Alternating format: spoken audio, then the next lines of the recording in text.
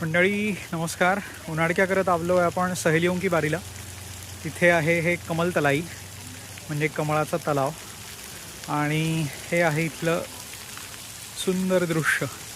असे मस्त फाउंटन्स आहेत आणि हा मध्ये एक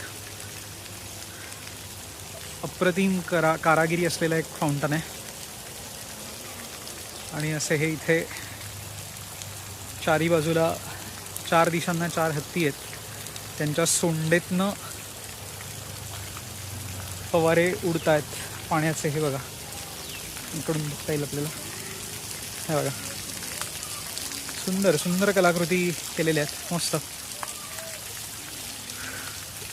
आणि हा इकडे छोटा